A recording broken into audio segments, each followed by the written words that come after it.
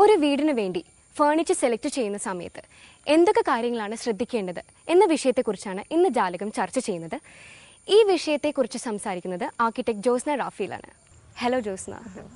ഒരു വീടിന് വേണ്ടി ഫർണിച്ചർ സെലക്ട് ചെയ്യുന്ന സമയത്ത് അതിനുള്ള ഒരു ഡിസൈനിലോ സ്റ്റൈലിലോ ശ്രദ്ധിക്കേണ്ട കാര്യമുണ്ടോ? തീർച്ചയായും. ഒരു വീട് ഡിസൈൻ ചെയ്ത് കഴിഞ്ഞ് ഫർണിച്ചർ ഡിസൈൻ ചെയ്യുന്ന സിറ്റുവേഷൻ വരുമ്പോൾ മിക്കവാറും അത് ക്ലയൻസോ അല്ലെങ്കിൽ അവരുടെ റിലേറ്റീവ്സോ ആയിരിക്കും ഒരു ഫർണിച്ചർ സെലക്ട് ചെയ്യുന്നത്. അപ്പം പല സാഹചര്യങ്ങളും കണ്ടുവരുന്നത് ആർക്കിടെക്റ്റോ അല്ലെങ്കിൽ ഡിസൈനറോ എഞ്ചിനീയറോ ആയിട്ട് ഡിസ്കഷൻ ഇല്ലാതെ ആയിരിക്കും ഈ ക്ലയൻറ്റ് അത് സെലക്ട് ചെയ്യുന്നത്.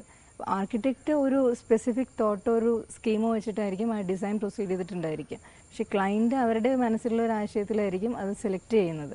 അപ്പോൾ വളരെ മോഡേൺ ആയിട്ടുള്ളൊരു തോട്ടിൽ ഡിസൈൻ ചെയ്ത ഒരു വീടിനകത്ത് വളരെ ട്രഡീഷണൽ ആയിട്ടുള്ള ഒരു ഫർണിച്ചർ കൊണ്ടിടുമ്പോൾ നമ്മളിപ്പോൾ ഒരു മോഡേൺ ഡ്രസ്സ് ഇടുന്ന ഒരാൾ ട്രഡീഷണൽ കോസ്റ്റ്യൂം ഇടുന്ന പോലെയായിരിക്കും ആ വീടിനകത്ത് അത് റീഡ് ചെയ്യുന്നത്. അതുപോലെ തന്നെ ട്രഡീഷണൽ വീടിനകത്ത് നമ്മൾ ഗ്ലാസും സ്റ്റീലും ഉള്ള ഒരു ഫർണിച്ചർ കൊണ്ടിട്ട് വളരെ കോൺട്രഡിക്റ്റിംഗ് ആയിരിക്കാം. അപ്പം ഇത് ശരിക്കും പല വീടുകളിലും ഇൻ ദി എൻഡ് ഫർണിച്ചറാണ് പലരും അത് കണ്ട് ഫൈനലി ഒരു വീടിനെ ജഡ്ജ് ചെയ്യുന്നത് ഫർണിച്ചർ ആയിരിക്കും കാണുന്നത് ഡിസൈനിൽ ഉപരിയായിട്ട്. അപ്പോൾ ഫർണിച്ചർ സെലക്ട് ചെയ്യുന്നതിൽ കൂടെ ഒരു ആർക്കിടെക്റ്റിനോടോ അല്ലെങ്കിൽ ഡിസൈനറിനോടോ ഒരു ക്ലയൻറ്റ് തീർച്ചയായിട്ടും ഡിസ്കസ് ചെയ്യണം. അതുപോലെ തന്നെ ആ ഡിസൈനിൻ്റെ തോട്ട് ഫർണിച്ചറിലും കൂടെ ഇൻകോർപ്പറേറ്റ് ചെയ്തിട്ട് വേണം ചെയ്യാൻ വേണ്ടിയിട്ട്. കാരണം ഓരോ റൂമിൻ്റെയും സ്റ്റൈലിനനുസരിച്ചിട്ട് വേണം ഫർണിച്ചർ സെലക്ട് ചെയ്യാനും. അതുപോലെ ഡിസൈൻ ചെയ്യുകയാണെങ്കിൽ തന്നെ ആ ഡിസൈനിൻ്റെ തീമായിട്ട് ഇൻകോർപ്പറേറ്റ് ചെയ്തിട്ട് വേണം നമ്മൾ ഫർണിച്ചർ സെലക്ട് ചെയ്യാൻ വേണ്ടിയിട്ട്. ഒരു റൂമിന് വേണ്ടി ഫർണിച്ചർ സെലക്ട് ചെയ്യുമ്പോൾ ആ റൂമിൻ്റെ സൈസും ഫർണിച്ചറും തമ്മിൽ ഒരു ബന്ധമുണ്ടോ? സെലക്ട് ചെയ്യുന്ന ഫർണിച്ചറും റൂമിൻ്റെ സൈസും വളരെ ബന്ധപ്പെട്ട് കിടക്കുന്ന ഒരു കാര്യമാണ്. കാരണം പലപ്പോഴും നമ്മളൊരു ചെറിയ റൂമിനകത്ത് കൊണ്ടുപോയിട്ട് ഫർണിച്ചർ സെലക്ട് ചെയ്യുമ്പോൾ പലരും റൂമിൻ്റെ സൈസ് അറിയാതെ ഫർണിച്ചർ ഷോപ്പിൽ ചെല്ലുന്നു, വലിയ ഫർണിച്ചർ സെലക്ട് ചെയ്ത് തിരിച്ചു വരും. അപ്പോൾ ഒരു 10x12 റൂമിനകത്ത് വലിയൊരു സെറ്റ് കൊണ്ടിട്ടാൽ ആ റൂമിൻ്റെ സൈസ് മൊത്തമായിട്ട് ചെറുതായിട്ട് ഫീൽ ചെയ്യും. അതേപോലെ തന്നെ വലിയൊരു ഹാളാണെങ്കിൽ നമുക്കതിൻ്റെ വലിപ്പം കുറയ്ക്കാൻ വേണ്ടിയിട്ട് നമുക്ക് വലിയൊരു ഫർണിച്ചർ കൊണ്ട് സെലക്ട് ചെയ്ത് കഴിഞ്ഞാൽ ആ റൂമിൻ്റെ സൈസ് ചെറുതായിട്ട് ഫീൽ ചെയ്യാം. ഇതുപോലെ തന്നെ ഫർണിച്ചറിൻ്റെ സൈസ് കുറയ്ക്കാനുള്ള വേറൊരു ഘടകം എന്ന് പറയുന്നത് കളറാണ്. നമ്മൾ സെലക്ട് ചെയ്യുന്ന ഫർണിച്ചറിൻ്റെ കളർ. ഇപ്പോൾ ലൈറ്റ് കളർ ഫർണിച്ചറാണ് നമ്മൾ സെലക്ട് ചെയ്യുന്നതെങ്കിൽ ആ റൂം വളരെ സ്പേഷ്യസ് ആയിട്ട് ഫീൽ ചെയ്യും. അതേസമയം ഡാർക്ക് കളർ ആണെങ്കിൽ നമുക്ക് ആ റൂമിൻ്റെ വലിപ്പം കുറച്ച് തോന്നിക്കാൻ പറ്റും. അപ്പോൾ പലപ്പോഴും ഇപ്പോൾ കൊച്ചു റൂമാണെങ്കിൽ കൂടെ നമ്മൾ വലിയ ഫർണിച്ചറായിരിക്കും അവരുടെ മനസ്സിലുള്ളത്. അപ്പോൾ വലിയ കുഷൻസ് ഒക്കെ ഉള്ള ഫർണിച്ചർ കൊണ്ട് നിറച്ച് കഴിഞ്ഞാൽ ആ വലിയ റൂം വളരെ ചെറുതായിട്ട് തോന്നും. അപ്പോൾ ആ ഒരു സമയത്ത് നമ്മൾ പലപ്പോഴും മിനിമലിസം എന്നൊരു കോൺസെപ്റ്റാണ് യൂസ് ചെയ്യേണ്ടത്.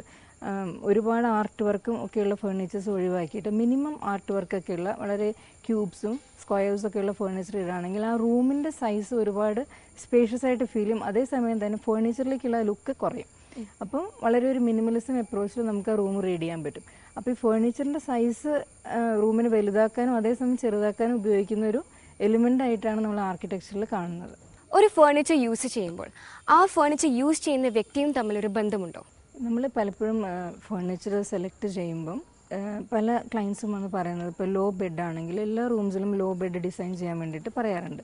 അപ്പം നമ്മൾ വിചാരിക്കുന്നില്ല അവിടെ ഒരു ഓൾഡ് ഏജ് ഒരു 80 ഇയർ ആയിട്ടുള്ള ഒരു വയസ്സായിട്ടുള്ള ഒരാൾ കിടക്കുന്ന റൂമാണെന്ന് നമ്മൾ വിചാരിക്കുന്നില്ല. പക്ഷേ ഈ ലോ ബെഡ് എന്ന് പറഞ്ഞാൽ 15 സെൻറ്റിമീറ്റർ അല്ലെങ്കിൽ 1 ഫീറ്റ് ഹൈറ്റുള്ള ബെഡാകുമ്പോൾ വളരെ ഇരുന്ന് കുനിഞ്ഞിട്ടൊക്കെയാണ് ആ ക്ലയൻറ്റിന് യൂസ് ചെയ്യാൻ പറ്റുന്നുള്ളൂ. അപ്പം ഈ യൂസർ വളരെ ഇമ്പോർട്ടൻ്റ് ആണ്. നമ്മൾ ഏത് റൂമിലാണ് ഏത് ഫർണിച്ചറാണ് ഇടുന്നത് എന്നുള്ളത് നോക്കിയിട്ട് വേണം ആ ഫർണിച്ചർ ഡിസൈൻ ചെയ്യാൻ. നേരെ മറിച്ച് ഇപ്പോൾ കിഡ്സിൻ്റെ റൂമാണെങ്കിൽ കുറച്ചൊരു അഡ്വഞ്ചറസ് ഫർണിച്ചറാണ് നമ്മൾ ഡിസൈൻ ചെയ്യേണ്ടത്. കുട്ടികൾക്കെന്ന് പറഞ്ഞാൽ അവർക്ക് ആ റൂമിനകത്തിരുന്ന് പെട്ടെന്ന് ബോറടിക്കും, വളരെ മൊണോട്ടണസ് ആയിരിക്കും അവരുടെ ലൈഫ്. അപ്പോൾ കുറച്ചൊന്ന് ക്ലൈംബ് ചെയ്ത് കുറച്ചൊന്ന് ഫോൾ ഡൗൺ ചെയ്ത് അപ്പോൾ അങ്ങനത്തെ ഒരു ക്രിയേറ്റീവ് ആയിട്ടുള്ള ഒരു ഫർണിച്ചർ ആയിരിക്കും നമ്മൾ ഡിസൈൻ ചെയ്യേണ്ടത്. വേറെ ഒരു ടീനേജറിൻ്റെ റൂമാണെങ്കിൽ വളരെ കളർഫുള്ളായിട്ട് കുറച്ചൊന്ന് ഹഡിൽസൊക്കെ ഇരുന്നാലും ദേ വോണ്ട് ബോദർ ഇറ്റ്, അങ്ങനത്തെ ഒരു ഫർണിച്ചർ ആയിരിക്കും നമ്മളവിടെ കൊടുക്കേണ്ടത്. അതുപോലെ തന്നെ ലോങ് ടേം ആയിട്ട് ഇരുന്ന് വർക്ക് ചെയ്യേണ്ട ഒരാളുടെ ടേബിളൊക്കെ ആണെങ്കിൽ വളരെ ഒരു ടോളറൻസ് സ്പേസ് എന്ന് പറയും, നമ്മൾ കാലൊക്കെ നീട്ടി വെച്ച് കംഫർട്ടബിളായിട്ട് ഇരിക്കാൻ പറ്റണം. ചെയർ ആണെങ്കിലും വളരെ സേഫായിട്ട് ഇരിക്കാൻ പറ്റണം. അപ്പം യൂസർ വളരെ ഇമ്പോർട്ടൻ്റ് ആണ് ഒരു ഫർണിച്ചർ നമ്മൾ സെലക്ട് ചെയ്യുമ്പോൾ. അതുപോലെ തന്നെയാണ് ഏത് ടൈപ്പ് ഓഫ് റൂമിലാണ് നമ്മൾ ഇത് ഇടുന്നത് എന്നുള്ളത്. ഫോർമൽ ആയിട്ടുള്ള റൂമാണോ ഇൻഫോർമൽ ആയിട്ടുള്ള റൂമാണോ അത് ആ ഒരു സ്റ്റൈലിൽ വേണം നമ്മൾ ആ യൂസർ ഗ്രൂപ്പും ഡിഫൈൻ ചെയ്യാൻ വേണ്ടിയിട്ട് ഫർണിച്ചർ ഡിസൈൻ ചെയ്യുമ്പോൾ. ഒരു വീടിന് വേണ്ടി ഫർണിച്ചർ സെലക്ട് ചെയ്യുമ്പോൾ എന്തൊക്കെ കാര്യങ്ങളാണ് ശ്രദ്ധിക്കേണ്ടതെന്നുള്ള വിഷയത്തെക്കുറിച്ച് നല്ലൊരു ധാരണ നൽകിയതിന് താങ്ക് യു വെരി മച്ച്. വീടിൻ്റെ ഇന്നത്തെ അധ്യായം ഇവിടെ പൂർണ്ണമാകുന്നു. നിങ്ങളുടെ വിലയേറിയ നിർദ്ദേശങ്ങൾക്കും അഭിപ്രായങ്ങൾക്കും ഞങ്ങൾ കാത്തിരിക്കുന്നു. എഴുതുക.